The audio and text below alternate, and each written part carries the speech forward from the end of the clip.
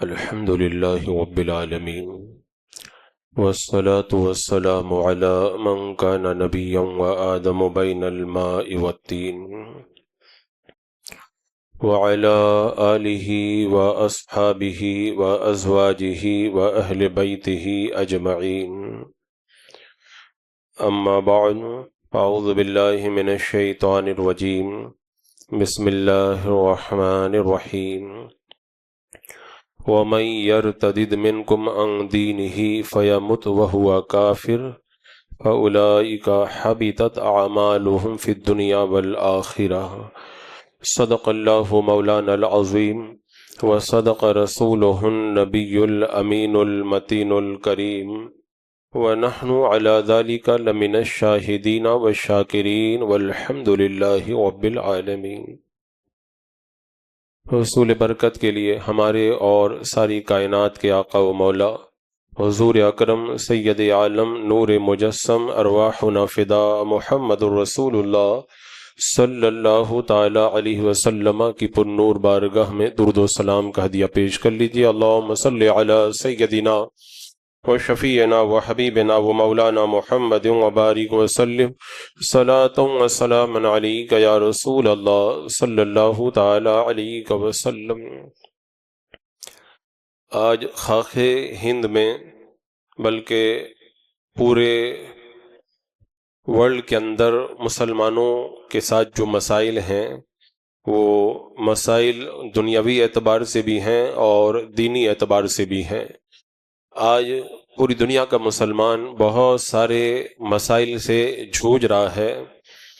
مسجدوں کو بلڈوز کرنا، مدارس پہ لوک لگا دینا، موب لنچنگ اور اسلامی قوانین کے خلاف قوانین پاس کرنا، مسلمانوں کو اقتصادی معاشی اعتبار سے ایک کنارے پہ لگا دینا، یہ بہت سارے مسائل کی ایک فہرست ہے جو ہندوستان بلکہ پوری دنیا کے اندر مسلمانوں کے ساتھ میں یہ مسائل درپیش ہیں. لیکن یہ جتنے بھی مسائل ہیں، مسائل تو ہیں، لیکن ان تمام مسائل میں جو سب سے بڑا مسئلہ آج ہمارے لیے درپیش ہے وہ الگ ہے، جس کی طرف لوگوں کی توجہ جا نہیں رہی ہے. حالانکہ جو دنیاوی اعتبار سے ہمارے مسائل ہیں وہ بھی بڑے مسائل ہیں، اور پھر جو دینی اعتبار سے ہمارے ساتھ میں جو کچھ ہو رہا ہے، شریعت مطہرہ کے قوانین کے خلاف قوانین لایا جانا، ان قوانین کو جو ہے وہ کنڈم کرنا، یا اس طرح کے جو دینی مسائل ہیں وہ ہمارے لیے بہت زیادہ تکلیف دہ ہیں. لیکن جتنے بھی یہ مسائل ہیں، ان تمام مسائل کی بھیڑ کے اندر جو سب سے بڑا ہمارے لیے مسئلہ آج کے اس دور کے اندر ہندوستان اور ہندوستان کے باہر کے مسلمانوں کے لیے سر اٹھائے ہوئے ہے، وہ ہے کفر و ارتداد کا مسئلہ. کہتے ہیں نا کہ کسی علاقے کے اندر اگر کبھی کبھی زلزلہ آتا ہے تو علاقے والے کانپ جاتے ہیں، ان کے دلوں کی دھڑکنیں تیز ہو جاتی ہیں. لیکن جس علاقے کے اندر آئے دن زلزلے آتے رہتے ہیں، ہر چند مہینے میں، ہر چند ہفتوں میں زلزلہ آتا ہے، ان علاقوں میں زلزلہ آنے پر لوگوں کے دلوں کی دھڑکن تیز نہیں ہوتی ہے، کیونکہ بار بار زلزلہ دیکھ کر اور سن کر کے وہ اس چیز کے عادی ہو جاتے ہیں. تو اسی طرح آج ہم دیکھ رہے ہیں کہ کفر و ارتداد کا جو زلزلہ اور جو طوفان ہے وہ ہے تو بڑا سنگین، لیکن اس کے واقعات اتنی تیزی کے ساتھ بڑھ رہے ہیں کہ لگتا ہے ہماری قوم بار بار ان واقعات کو دیکھ کر سن کر کے اب ان کی عادی ہو گئی ہے. اور اب اس طرح کے مسائل جب اخبارات کی زینت بنتے ہیں، میڈیا کی زینت بنتے ہیں، تو مسلمانوں کے کانوں پر جوں بھی نہیں رینگتی ہے، کیونکہ انہوں نے ایسا لگتا ہے کہ اس مسئلے کو ایک عام مسئلہ بنا لیا، وہ اس کے عادی ہو چکے ہیں. حالانکہ یہ اتنا بڑا زلزلہ اور اتنا بڑا طوفان ہے کہ اگر بندہ اس پر غور کرے نا تو یہی ہماری کل کائنات ہے. حضرت عمر رضی اللہ تعالیٰ عنہ نے ایک بندے کو سنا تھا کہ وہ اللہ کی بارگاہ میں دعا کر رہا تھا کہ اے پروردگار عالم، مجھے تو فتنوں سے بچا. حضرت عمر رضی اللہ تعالیٰ عنہ نے اس سے یہی تو کہا تھا کہ اگر تو فتنوں سے بچنے کی دعا کر رہا ہے تو اللہ تبارک و تعالیٰ کی بارگاہ میں ان فتنوں سے بچنے کی دعا کر جو تیرے ایمان کے اوپر اٹیک کرتے ہیں۔ کیوں؟ اس لیے کہ سارے فتنوں میں بڑا فتنہ وہ ہے جو ایمان اور عقیدے پر اٹیک کرتا ہے، اور کفر و ارتداد کا جو فتنہ ہے یہ ڈائریکٹ ہمارے ایمان اور عقیدے کے اوپر اٹیک کرتا ہے۔ باقی سارے فتنے اپنی جگہ، لیکن کفر و ارتداد سے بڑا کوئی فتنہ نہیں ہے۔ اور ایسا بھی نہیں ہے کہ یہ فتنہ کوئی نیا فتنہ ہے، یہ بہت پرانا ہے ارتداد اور کفر کا فتنہ۔ جب سے انسان بنا ہے اس دن سے اس کی تاریخ اور ہسٹری شروع ہو جاتی ہے۔ حضرت آدم علیہ السلام پیدا ہوئے، ادھر ابلیس نے کفر اختیار کیا۔ حضرت نوح علیہ السلام کی بیوی وائلہ وہ کافرہ ہو گئی۔ اسی طرح ایک کے بعد ایک اب دیکھیں ہر دور کے اندر یہ ارتداد کا فتنہ بڑھتا چلا گیا، یہاں تک کہ میرے آقا صلی اللہ تعالی علیہ وسلم کا جب وصال ہوا تو علامہ ابن حجر رضی اللہ تعالیٰ عنہ فرماتے ہیں کونین کے دولہ صلی اللہ علیہ وسلم کے وصال کے بعد میں ارتداد کی وبا عام ہو گئی تھی۔ کوئی زکوٰۃ کا انکار کر رہا ہے، کوئی جھوٹے نبیوں کو اپنا جو ہے وہ خدا کا نبی مان رہا ہے اور مدعیان نبوت کی دعوت پر لبیک کہہ رہا ہے، کوئی جو ہے وہ دین ہی سے پھر کر کے ارتداد اختیار کر رہا ہے۔ وہ وبا اس وقت عام ہو گئی تھی۔ تو یہ فتنہ کوئی نیا فتنہ نہیں ہے، لیکن آج ہم جس دور کے اندر زندگی گزار رہے ہیں، ارتداد کا جو فتنہ ہماری نگاہوں کے سامنے ہے، اس کے اندر ایک نئی بات یہ پیدا ہو گئی ہے۔ اس سے پہلے جو ارتداد کا فتنہ ہوتا تھا وہ عام ہوا کرتا تھا، لیکن آج جو ارتداد کا فتنہ ہے وہ ایک خاص منہج پر ہے۔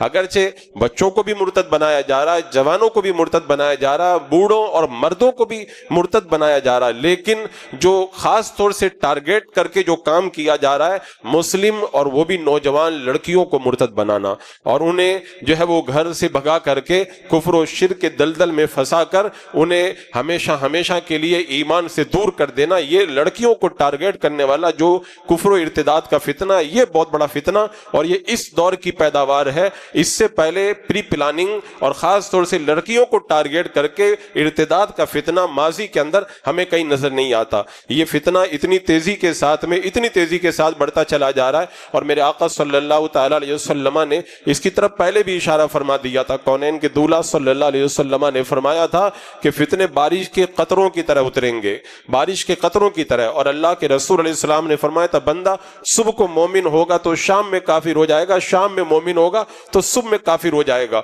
یہ فتنے بڑی تیزی کے ساتھ میں ہمارے معاشرے میں پیدا ہوتے چلے جا رہے ہیں، اور اللہ کے رسول علیہ السلام نے جب مکہ کو فتح کیا تو لوگ اسلام کے اندر فوج در فوج آ رہے تھے۔ اذا جاء نصر اللہ والفتح ورأیت الناس يدخلون فی دین اللہ افواجا، فوج کی فوج آ رہی تھی، اسلام کے اندر داخل ہو رہی تھی، لوگ ذوق دگزور آ، لیکن میرے آقا صلی اللہ تعالی علیہ وسلم نے اس موقع پہ فرمایا تھا لوگ جیسے فوج در فوج اسلام میں داخل ہو رہے ہیں ایسے ہی فوج در فوج اسلام سے نکلیں گے بھی، اسلام سے نکلیں گے وہ۔ اور میرے آقا علیہ السلام نے ایک موقع پہ فرمایا تھا کہ قیامت قائم نہیں ہوگی اس وقت تک جب تک کہ بہت سارے مسلمانوں کے خاندان مشرکین سے نہ مل جائیں، اور فرمایا کہ قیامت قائم نہیں ہوگی جب تک کہ بہت سارے لوگ بتوں کی پوجا نہ کرنے لگ جائیں۔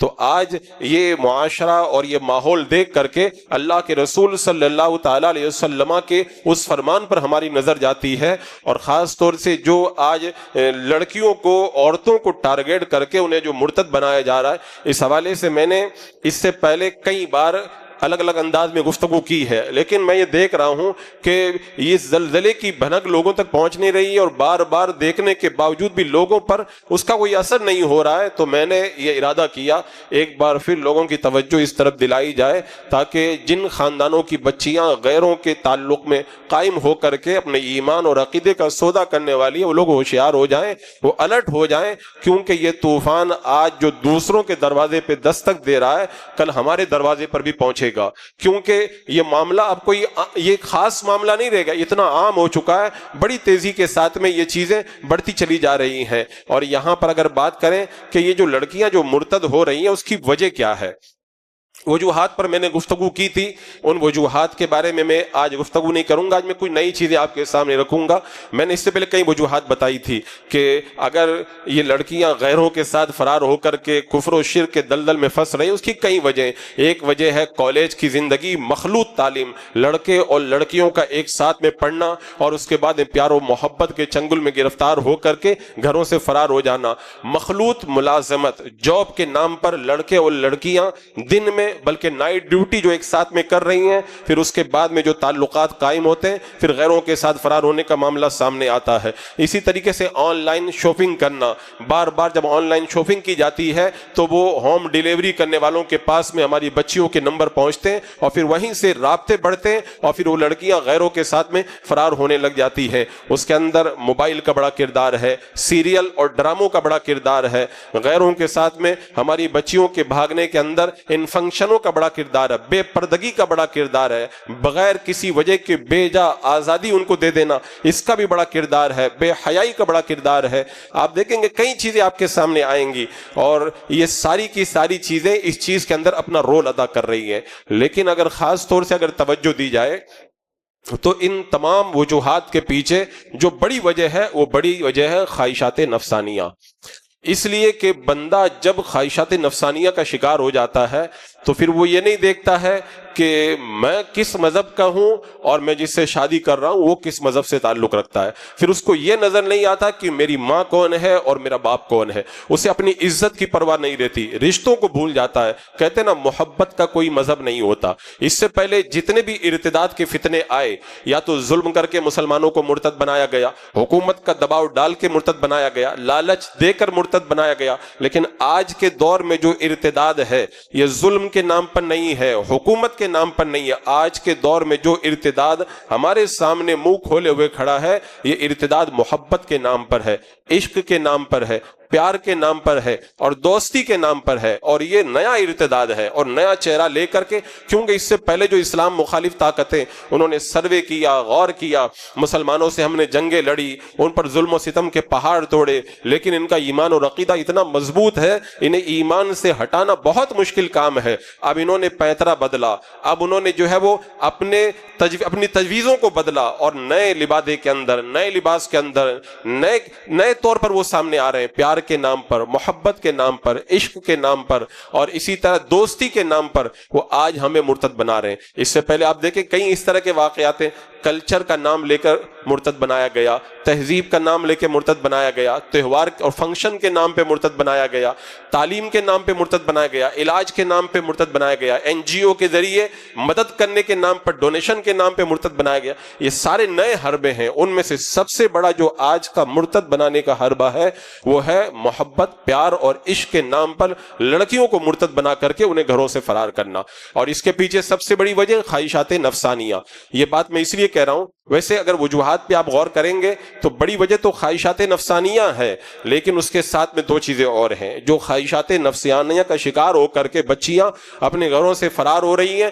ایک انہیں ایمان کی قدر معلوم نہیں، دوسرا ارتداد کا جو وبال اور انجام ہے وہ ان کو پتہ نہیں۔ تو خواہشات نفسانیہ، ایمان کی قدر معلوم نہ ہونا، ارتداد کا وبال اور انجام یہ نہ جاننا، اس سے غافل ہونا، ان وجوہات کی بنیاد پر یہ لڑکیوں کا ارتداد بڑی تیزی کے ساتھ میں بڑھتا چلا جا رہا ہے۔ اور آپ کو پتہ ہی ہے بندہ جب کسی کے عشق میں گرفتار ہو جائے، جب خواہشات نفسانیہ میں گرفتار ہو جائے تو اس کے بعد میں وہ یہ نہیں دیکھتا ہے کہ میں مسلم ہوں کہ غیر ہوں۔ آپ تاریخ پڑھ کر کے دیکھیں، تاریخ کے اندر اس طرح کے بہت سارے واقعات ملیں گے۔ علامہ محمد ابن سیری رحمۃ اللہ تعالی علیہ فرماتے ہیں جو بندہ خواہش کا شکار ہو جاتا ہے جلدی اس کے قدم ارتداد کی طرف بڑھ جاتے ہیں، یعنی وہ ایمان سے ہاتھ دھو بیٹھتا ہے۔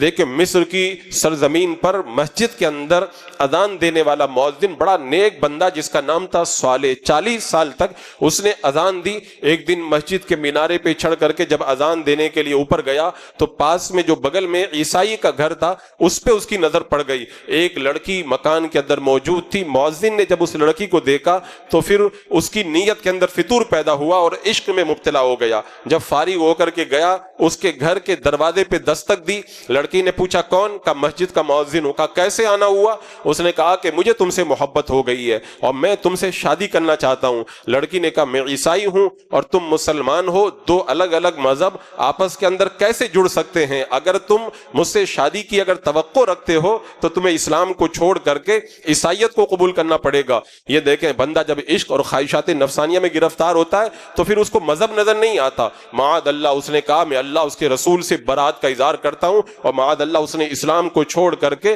اس نے کفر کو اختیار کیا۔ لڑکی نے کہا کہ مجھے تمہارا بھروسہ نہیں ہے، ہو سکتا ہے تم اپنی خواہش پوری کرنے کے بعد میں مجھ کو چھوڑ کے دوبارہ اسلام کی طرف چلے جاؤ، میں تمہارے لیے شرط رکھتی ہوں، تم خنزیر کا گوشت کھاؤ تب میں سمجھوں گی تمہارا عشق سچا ہے۔ وہ خنزیر کا گوشت کھانے کے لیے تیار ہو گیا۔ پھر اس نے شراب بھی پلائی، اور شراب پلانے کے بعد میں کہا اوپر والے کوٹے پہ چڑھ جاؤ، میرا باپ آئے گا ہمارا نکاح پڑھائے گا۔ وہ مؤذن جب اوپر کوٹے پہ چڑھنے لگا، اللہ اکبر، شراب کے نشے کے اندر وہ اوپر سے نیچے گرا اور گرتے ہی مر گیا۔ اس کو ایک کپڑے میں لپیٹ کر کے کچرے میں ڈال دیا گیا۔ پورے علاقے کے اندر اس کا یہ واقعہ مشہور ہو گیا۔ بتاؤ، اتنا نیک بندہ، سب کچھ جانتا ہے، اللہ اس کے رسول اور قیامت سب پر ایمان رکھنے والا، لیکن جب خواہشات نفسانیہ میں گرفتار ہوا تو پھر اسے یہ نہیں نظر آیا کہ میں کتنا بڑا قدم اٹھا کر کے اپنے آپ کو تباہ و برباد کر رہا ہوں۔ اسی طرح میں نے برسیسا راہب کا جو واقعہ آپ کے سامنے رکھا تھا۔ برسیسا راہب جو اپنی خانقاہ میں بیٹھ کر کے عبادت کرتا تھا اور مہینوں مہینوں نیچے نہیں آتا تھا،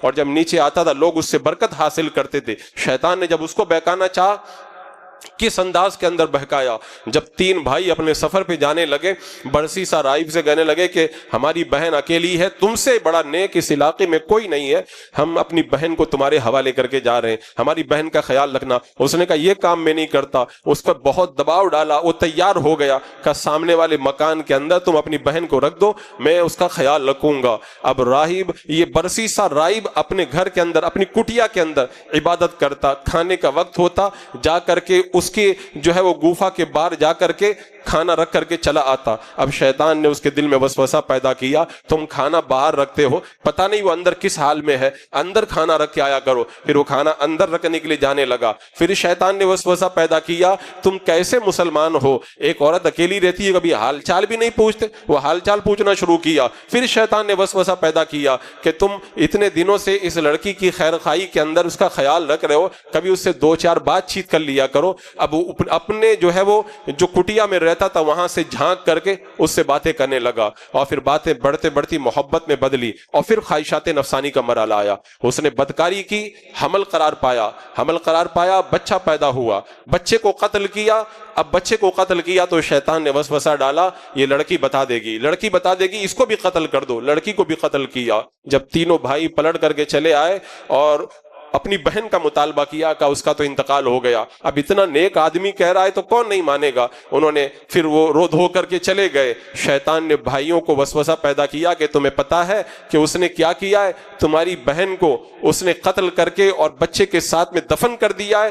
اب جب بھائیوں نے پکڑا اور گرفتار کروایا، قاضی کے یہاں مقدمہ گیا، شیطان نے آ کے کہا بچنے کا ایک ہی راستہ ہے، اگر تم کفر اختیار کرو تو میں تم کو بچا لوں گا۔ معاذ اللہ، اس نے اپنی زبان سے کلمہ کفر بکا۔ اس وقت شیطان نے کہا اب میں جاتا ہوں، میرا کام ختم ہو گیا ہے۔ اتنا بڑا راہب صرف خواہشات نفسانیہ میں گرفتار ہوا تو بتاؤ، عبادت و ریاضت کے باوجود بھی وہ کفر و ارتداد کا شکار ہو گیا۔ اسی طرح ابو عبداللہ اندلسی کو دیکھیں، بغداد کی سرزمین پر جن کی 30 خانقاہیں تھی، ہزاروں کی تعداد میں مریدین تھے۔ ایک بار سفر پہ نکلے اپنے مریدین کے ساتھ میں، کنویں پر کچھ لڑکیاں پانی بھر رہی تھی، ایک لڑکی پہ نظر پڑی تو عشق میں مبتلا ہوئے، اور پھر عشق میں جب مبتلا ہوئے 3 دن تک خاموش رہے، اور پھر بعد میں لڑکی کی محبت کے اندر جب اس کے قریب ہوئے سارے مریدین چھوڑ کر کے چلے گئے۔ معاذ اللہ، پھر ایک زمانے کے بعد میں مریدین کو خیال آیا کہ چل کے اپنے شیخ کا حال تو معلوم کریں۔ بہت افسوس کے ساتھ میں جب مریدین پہنچے ابو عبداللہ اندلسی کے پاس میں تو پتا چلا کہ لڑکی نے عیسائی بننے کی شرط پر ان سے منگنی طے کر لی ہے، اور جس جو ہے وہ عصا کو لے کر کے وہ منبر پر کھڑے ہو کے خطبہ دیا کرتے تھے، اسی عصا سے وہ اس لڑکی کے خنزیروں کو چرا رہے ہیں۔ جا کر کے جب مریدین نے پوچھا قرآن کی کوئی آیت یاد ہے؟ کہ ایک آیت یاد رہ گئی ہے بس، وَمَن يَتَبَدَّلِ الْكُفْرَ بِالْإِيمَانِ فَقَدْ ضَلَّ سَوَاءَ السَّبِيلِ، جو ایمان کے بدلے کفر اختیار کرے وہ بڑی گمراہی کے اندر مبتلا ہو گیا۔ اور کا کوئی حدیث یاد ہے؟ کہ بہت حدیثیں یاد تھی، اب ایک حدیث یاد رہ گئی ہے، اللہ کے رسول نے فرمایا جو اپنا دین بدل دے اس کو قتل کر دو۔ اب اس کے بعد میں مریدین اللہ کی بارگاہ میں دعا کی, اللہ تبارک و تعالیٰ نے انہیں دوبارہ پلٹنے کی توفیق عطا فرمائی. تو یہ خواہشات تو ہیں, جب اللہ کے ولی کے اندر خواہشات پیدا ہو جائیں تو وہ ایمان چھوڑ دیتا ہے. تو وہ لڑکیاں جنہیں تجربہ نہیں, جنہیں کچی عمر ہے اور جو غیروں کے جال میں گرفتار ہیں, وہ کیوں نہیں گمراہیت کی طرف چلی جائیں گی؟ عزیزان مکرم, یہ خواہشات نفسانیہ سب سے بڑا سبب ہے ہماری بچیوں کے ارتداد کا. اور اب سوال یہ پیدا ہوتا ہے کہ ان حالات کے اندر ہمیں کرنا کیا چاہیے, اس کا علاج کیا ہے؟ تو ہم نے اسلامی تعلیمات کا جب مطالعہ کیا تو اسلامی تعلیمات ہمیں بتاتی ہے, کیونکہ بھوک کے بعد میں, پیاس کے بعد میں تیسری انسان کی سب سے بڑی ضرورت ہے, فطری ضرورت ہے خواہشات, یعنی سیکس انسان کی تیسری بڑی ضرورت ہے, اور یہ تیسری انسان کی سب سے بڑی بھوک ہے. اسی لیے شریعت مطہرہ نے اس کے لیے بہت کچھ انتظام کیا. پہلا کام شریعت نے یہ کیا خواہشات کو کنٹرول کیا جائے. پھر دوسرا کام شریعت نے یہ کیا کہ خواہشات کو کنٹرول کرنے کے بعد میں جب زمانہ آ جائے خواہشات کی تکمیل کا تو اس کو جائز راستے کے ذریعے مکمل کیا جائے. یہ اسلام نے بری خواہشات کو روکنے اور اس کو جائز راستہ دینے کا انتظام فرمایا. خواہشات کو روکنے کا انتظام شریعت مطہرہ نے کس انداز کے اندر کیا؟ اللہ اکبر. شریعت مطہرہ نے بتا دیا کہ اپنی نظروں کو جھکا کر کے رکھو, کسی غیر پہ نظر نہ ڈالو, عورتوں کے اوپر پابندی لگائی, پردہ کریں, حیا سے رہیں, اپنے زیور کی آواز بھی غیر محرم کو نہ سنائیں, اپنا حسن اور اپنا جو بھی اپنی آرائش ہے وہ غیر کے سامنے ظاہر نہ کریں, غیر محرم کے ساتھ میں کبھی وہ اکیلی سفر نہ کریں, اسی طرح غیر محرم کے سامنے وہ بے پردہ نہ آئیں, اس سے لچکدار آواز میں بات نہ کریں, اپنی آواز کو بھی اسے نہ سنائیں. اور بچے جب 10 سال کے ہو جائیں تب سے ان کے بستروں کو الگ کر دیا جائے اور انہیں پورے طور پر اسلامی تعلیمات سے آگاہ کیا جائے. یہ پورا ایک سسٹم ہے, پورا ایک نظام ہے جو شریعت مطہرہ نے خواہشات کو کنٹرول کرنے کا دیا ہے. اور پھر ان خواہشات کو کنٹرول کرنے کے بعد میں جب مرحلہ آتا ہے خواہشات کو پوری کرنے کا تو اسلام نے پھر نکاح کا قانون عطا فرمایا اور کہا نکاح کو آسان بناؤ, اتنا آسان بناؤ کہ جیسے مالدار نکاح کر سکتا ہے ایسے غریب بھی نکاح کر سکتا ہے. میرے آقا نے فرمایا سب سے بابرکت نکاح وہ ہے جو سب سے زیادہ آسان ہو, سب سے زیادہ آسان ہو. اور پھر فرمایا میرے آقا علیہ السلام نے نکاح میری سنت ہے, میری سنت ہے, جس نے میری سنت پر عمل کیا اللہ کے رسول علیہ السلام نے اس کو کئی بشارتوں سے مالا مال فرمایا. اور میرے آقا صلی اللہ علیہ وسلم نے ساتھ میں یہ بھی بتایا کہ نکاح کرنے میں جلدی کرو. ایک موقع پہ فرمایا کہ اگر دین اور اخلاق کے اعتبار سے اچھا رشتہ ملے اور تم اگر نکاح نہ کرو تو زمین کے اندر بڑا فساد ہوگا, بڑا فساد ہوگا. اسی لیے میرے آقا علیہ السلام نے ایک موقع پہ فرمایا کہ جب کوئی نوجوان جوانی میں نکاح کرتا ہے تو شیطان کہتا ہے اس نے مجھ سے اپنا دین بچا لیا ہے, اس نے مجھ سے اپنا دین بچا لیا ہے. تو اسلام نے خواہشات کو کنٹرول کروایا, خواہشات کو کنٹرول کرانے کے بعد میں جائز راستہ دیا, نکاح کو ایک ذریعہ بنایا, اس کو آسان کیا اور نکاح کے اندر جلدی کرنے کا حکم دیا. یہ شریعت مطہرہ کا قانون. لیکن دوسری طرف آپ دیکھیں اسلام کی دشمن طاقتیں, اسلام کی مخالف طاقتیں, انہوں نے بالکل اس کا الٹا کیا.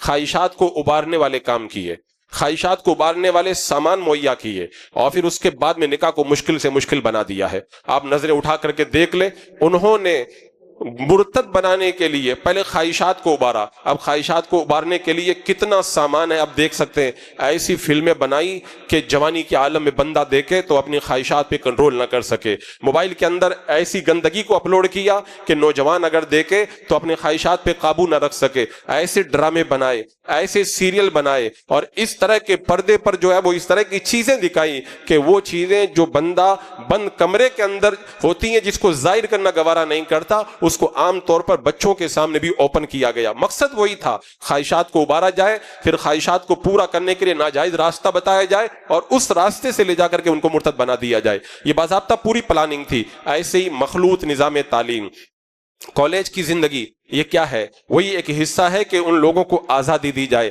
لڑکے اور لڑکیاں ایک ساتھ کے اندر پڑھیں. ظاہر سی بات ہے لڑکا جوان لڑکی جوان روزانہ آنا جانا, ایک کلاس کے اندر بیٹھنا, کتنی دیر تک آگ اور پیٹرول کو ساتھ میں رکھ کر کے آگ لگنے سے بچایا جا سکتا ہے, کتنی دیر تک بچایا جا سکتا ہے, نتیجہ نگاہوں کے سامنے ہے. ایسے ہی مخلوط ایک ساتھ میں جاب کرنے کا سسٹم بنایا گیا، لڑکی بھی وہیں پر جاب کر رہی ہے، لڑکا بھی وہیں پر جاب کر رہا ہے، دن میں بھی اور نائٹ ڈیوٹی بھی کر رہے ہیں، رات کے سناٹے میں لڑکا اور لڑکی جب ایک روم کے اندر ایک آفس کے اندر کام کر رہے ہیں، خواہشات کا ابھرنا ضرور، یہ سب پورا نظام ہے خواہشات کو ابھارنے کے لیے۔ ایسے ایسے گانے بنائے گئے، میں نے بتایا تھا نا کہ 2 سال پہلے کے اخبار میں یہودی پروفیسر نے انگلینڈ کی یونیورسٹی میں کہا تھا کہ ہم نے پورن انڈسٹری یعنی گندگی کو ہم نے اسی لیے لانچ کیا ہے تاکہ نوجوانوں کی جوانی کو تباہ و برباد کیا جا سکے، یعنی انہیں خواہشات کے چنگل کے اندر گرفتار کیا جا سکے۔ ایسے بے پردگی کا ماحول بنایا کہ تم آزاد رہو، تمہیں پردہ کرنے کی کیا ضرورت ہے تاکہ غیروں کے ساتھ تعلقات بڑھیں۔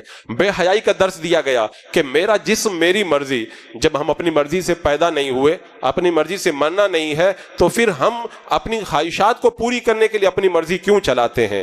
میرا جسم میری مرضی کا مطلب ہوتا ہے میری عزت سے جو چاہے وہ کھلواڑ کرے، یہ مطلب ہوتا ہے۔ اور یہ باضابطہ طور پر ایسا ماحول اور ایسا نظام بنایا گیا، آزاد کلچر دیا گیا، کلچر کے نام پر اتنی آزادی پیدا کر دی گئی کہ ہر کوئی اس خواہشات کے چنگل کے اندر پورے طور پر گرفتار ہو جائے۔ پھر اس کے بعد میں شاپنگ کا سسٹم بنایا گیا، آن لائن سامان منگوائیں تاکہ لوگوں کے ساتھ میں تعلقات قائم ہوں، اور پھر ایسی تنظیمیں چھوڑ دی گئیں جو باضابطہ اعلان کرتی ہیں اگر مسلم لڑکی کو اگر اپنے محبت کے جال میں پھنسا کر کے اگر تم نے گرفتار کر لیا اور اسے شادی کر لی تو پھر اس کے بعد میں تمہیں اتنے لاکھ روپے دیے جائیں گے، یہ انعام دیا جائے گا۔ وہ پورا نظام بنا کر کے ہماری بچیوں کو مرتد بنانے کا ایک سسٹم بنایا گیا۔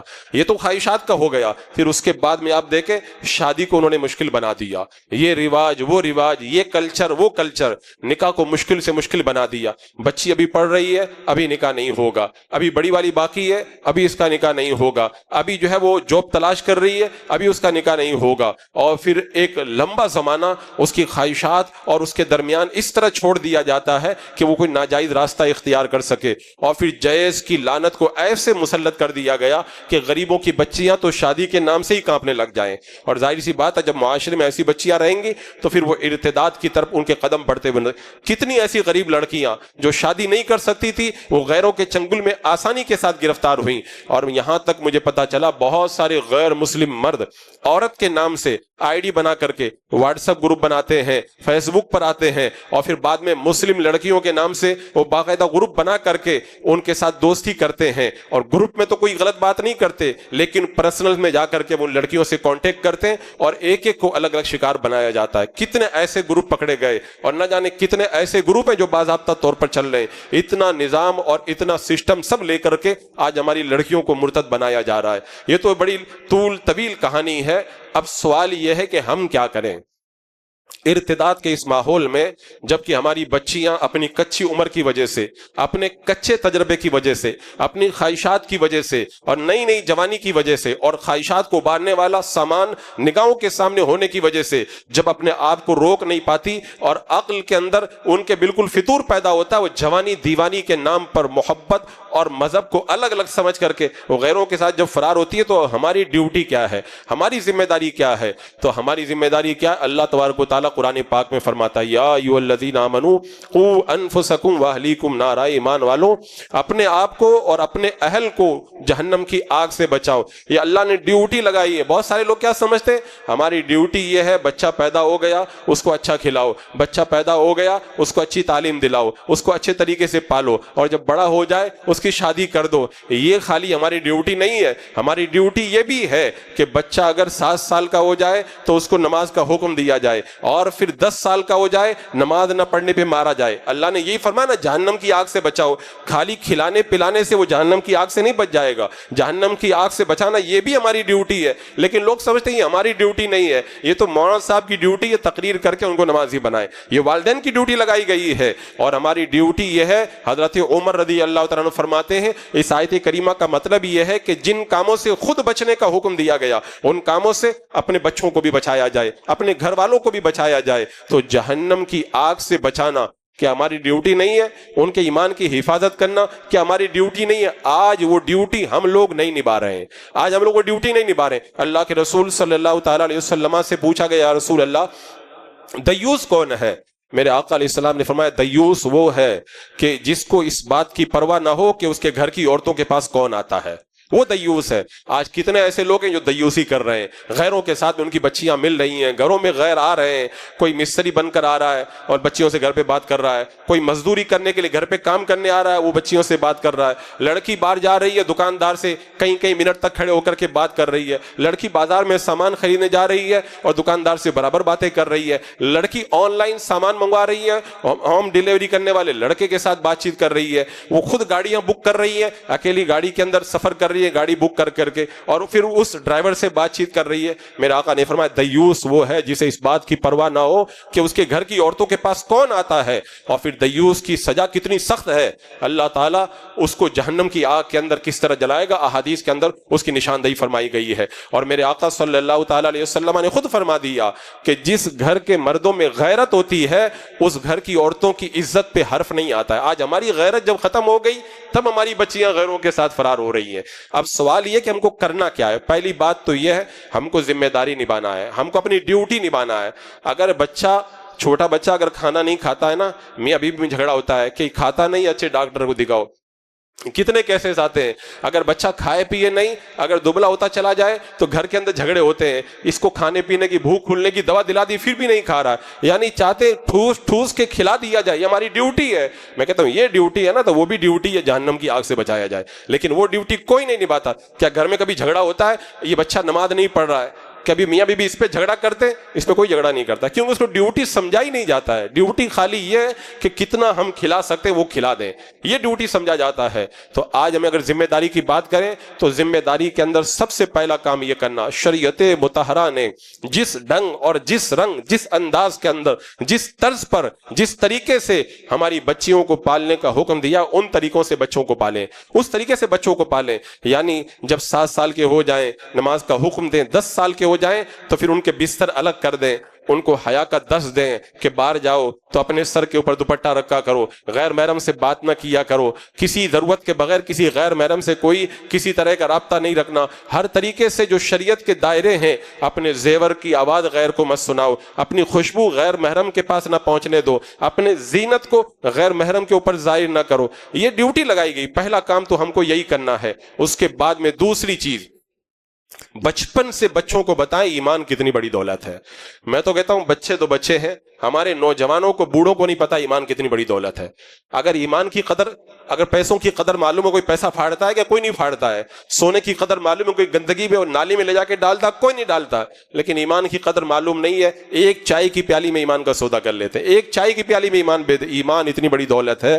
فرمایا کہ وَإِن تَعُدُّوا نِعْمَةَ اللَّهِ لَا تُحْصُوهَا، اللہ کی جو نعمتیں اللہ فرماتا نہیں گن سکتے۔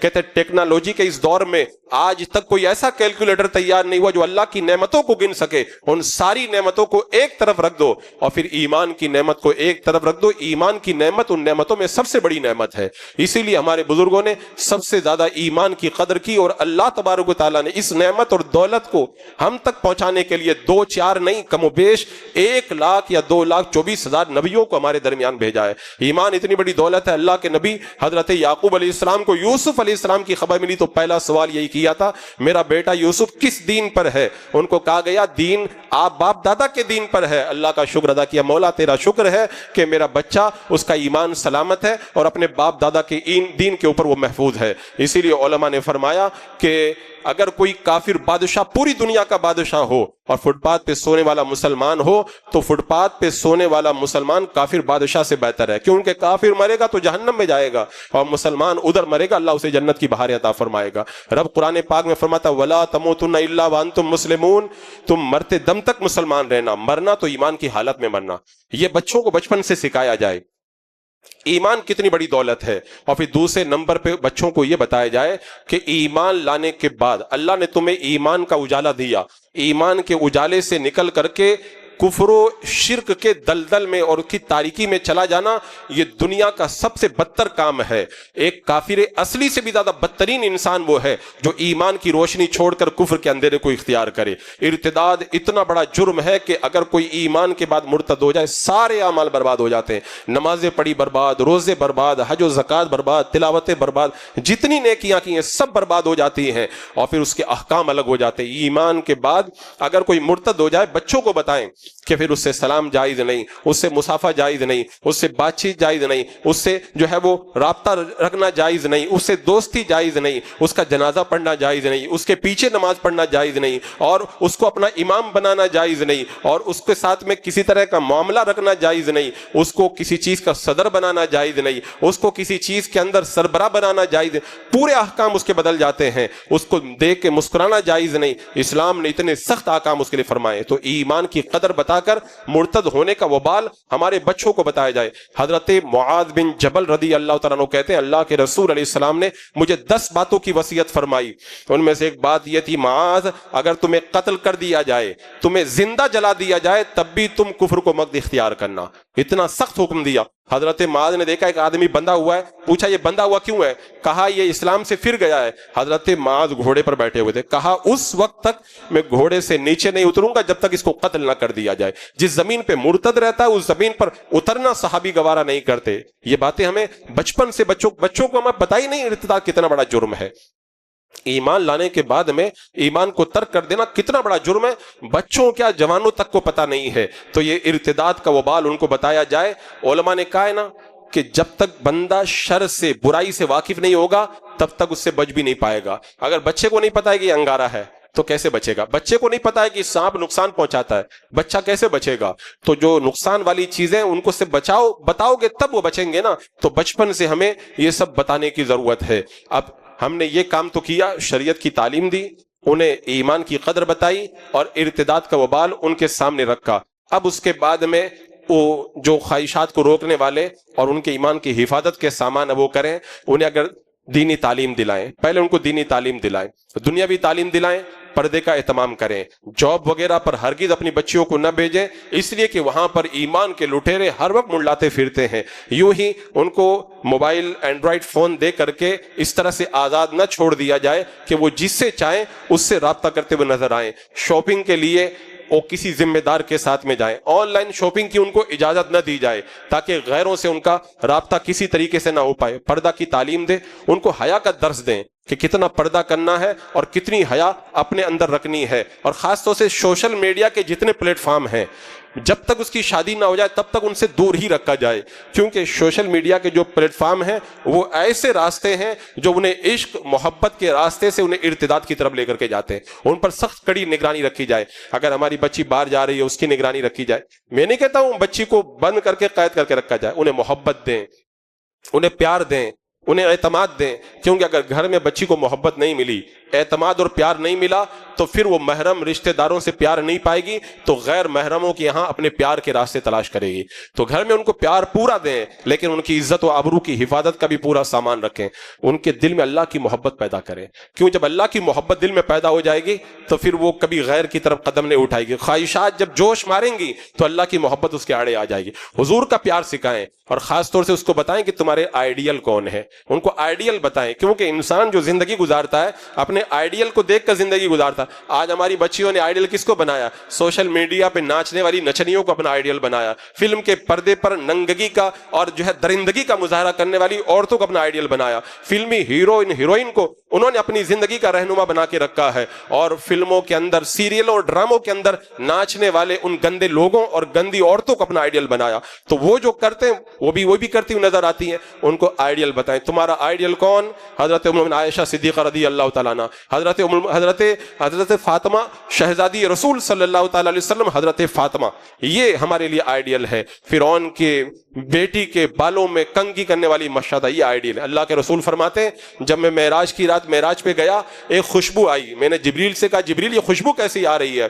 کہا یہ فرعون کی بیٹی کے بالوں میں کنگھی کرنے والی مشہدہ اور اس کے بیٹوں کی خوشبو ہے۔ میرے آقا نے فرمایا کیا بات ہے؟ تو حضرت جبریل نے کہا یا رسول اللہ جب وہ فرعون کی بیٹی کو کنگھی کرتے وقت میں بسم اللہ پڑھ لی تو فرعون کو پتا چل گیا کہ یہ مسلمان ہے، بلا کے کہا تو ایمان کو چھوڑ دے نہیں تو تجھے اور تیرے بچوں کو قتل کر دیا جائے گا۔ کہا سب کچھ گوارا، ایمان کا سودا کرنا گوارا نہیں ہے۔ اس نے پھر ایک تانبے کی گائے بنوائی، اس کے اندر اس کو گرم کروایا اور پھر گھولتے ہوئے تیل کے اندر جب بچوں کو ڈالنے لگا نا تو اس مشاطہ کے جسم کے اوپر کچھ حرکت ہوئی تو چھوٹا بچہ گود میں بول اٹھا، ماں ڈرنا مت، یہ تھوڑی دیر کی تکلیف ہے، بعد میں جنت کی بہاریں ہمارا انتظار کر رہی ہیں۔ تو یہ ماں اور بچے ہیں جنہوں نے ایمان بچانے کے لیے جان دے دی، اللہ نے ان کے لیے یہ جنت کی خوشبوئیں تیار کر کے رکھے، یہ ہمارے لیے آئیڈیل ہیں۔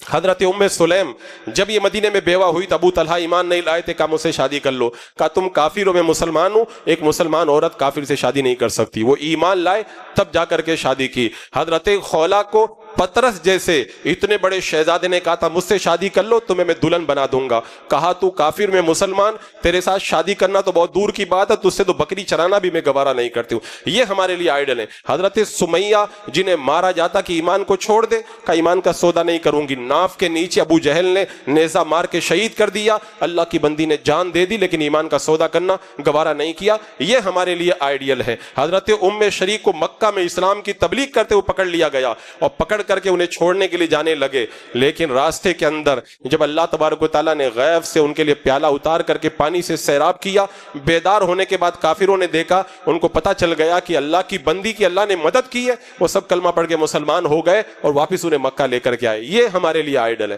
حضرت ام خلاد کا بیٹا شہید ہو گیا، حضور کی بارگاہ میں آئی اور پردہ کر کے آئی، صحابہ نے کہا بچہ شہید ہوا پردہ کر رہی ہو، کہا بچہ شہید ہو گیا، بچہ چلا گیا، میری حیا نہیں گئی، حیا اب بھی باقی ہے۔ یہ ہمارے لیے آئیڈیل ہے، تو اپنی بچیوں کو آئیڈیل بتائیں ہمارا آئیڈیل کون ہے۔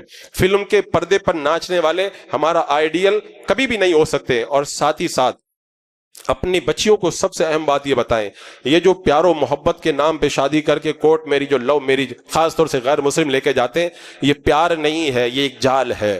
وہ اپنی خواہشات کی تکمیل کرنے کے بعد میں پھر ان کے ساتھ میں جو انجام کرتے ہیں انہیں جو ہے وہ بیئر باروں میں نچایا جاتا ہے، ان کو پیسہ کمانے کا ذریعہ بنایا جاتا ہے، اور اگر وہ اس کو کرنے سے انکار کریں تو ویڈیو بنا کر کے ان کو بلیک میل کیا جاتا ہے، اور پھر اخیر کے اندر کوئی دریا کے اندر کسی کی لڑکی کی لاش ملتی ہے، کسی کی جو ہے وہ کوئی پھانسی پہ لٹکا ہوا جنگل میں کوئی نظر آتا ہے، کوئی زہر کھا کے مرا ہوا نظر آتا ہے، کسی کو گولی۔ یہ سب پورا ایک تماشا ہے جو باضابطہ طور پر محبت پیار اور عشق کی آڑ کے اندر مسلم لڑکیوں کے ساتھ میں کیا جاتا ہے۔ یہ باضابطہ تنظیمیں، یہ تحریکیں یہ کام کر رہی ہیں۔ اپنی بچیوں کو ان کا انجام بتائیں، تھوڑی سی خواہشات کے چکر میں گرفتار ہو کر کے یہ مت سمجھنا یہ زندگی بھر کا ساتھ نبھانے والا نہیں۔ اگر تمہیں نہیں پتا ہے روزانہ نکلنے والے اخبار پڑھ لو، کسی نہ کسی غیر مسلم لڑکی کے ساتھ شادی کرنے والی مسلمان لڑکی کی موت کی خبر اخبار میں آئے دن چھپتی رہتی ہے۔ یہ انجام ہے، یہ بھیڑیے ہیں جو پوری طریقے سے تمہارے جسم کو نچوڑ کر کے اس کے بعد میں تمہیں موت کے منہ کے اندر پھینکنا چاہتے ہیں۔ یہ ہماری ذمہ داری ہے، بچوں کو ہم سمجھائیں۔ وہ کچی عقل ہے، کچا تجربہ ہے، خواہشات کا طوفان ہے، انہیں یہ بات سمجھ میں نہیں آتی، ان کو کنٹرول کرنا یہ ہماری۔ آج کتنے لوگ کہتے ہیں میرے گھر کی وہ چڑیا جس سے میرے گھر کے آنگن کے اندر رونق تھی وہ اڑ کر کے چلی گئی، کاش میرے گھر کا وہ حسن مجھے کوئی دوبارہ لا کر کے دے دے، اگر پہلے سے سنبھال کے رکھا ہوتا تو تمہاری بچی غیروں کے ساتھ میں نہ گئی ہوتی۔ آج کتنی مائیں تڑپ رہی ہیں، کتنے باپ تڑپ رہے ہیں جن کی بچیاں ان کو چھوڑ کر کے چلی گئی ہیں ایک خواہش کے ہاتھوں گرفتار ہو کر کے۔ ارے یہ مت سمجھنا کہ یہ ایک دو گھر کی کہانی ہے، یہ کتنے گھروں کی کہانی ہے، اور اگر ہم نے وقت رہتے ہوئے اپنی آنکھیں کھول کر کے ہوشیاری کا مظاہرہ نہ کیا تو یہ کہانی ہمارے گھروں کی بھی بن سکتی ہے۔ دیوار کی تحریر پڑھو، حالات کو سمجھو، اور دشمن کے عزائم سے پوری طرح آگاہ رہو، اور اللہ تبارک و تعالیٰ نے تمہیں ایمان محفوظ رکھنے کا حکم دیا، اپنی بچیوں کا بھی ایمان بچاؤ، نہیں تو آخرت کا وال بڑا سخت ہے، قیامت کے دن رب کی بارگاہ میں جواب دینا ہوگا۔ اللہ رب قدیر ارتداد اور کفر و شرک اور الحاد کے ماحول میں ہمیں اپنا اور پورے گھر بار کا ایمان محفوظ رکھنے کی توفیق عطا فرمائے۔ استغفر اللہ ربی من کل ذنب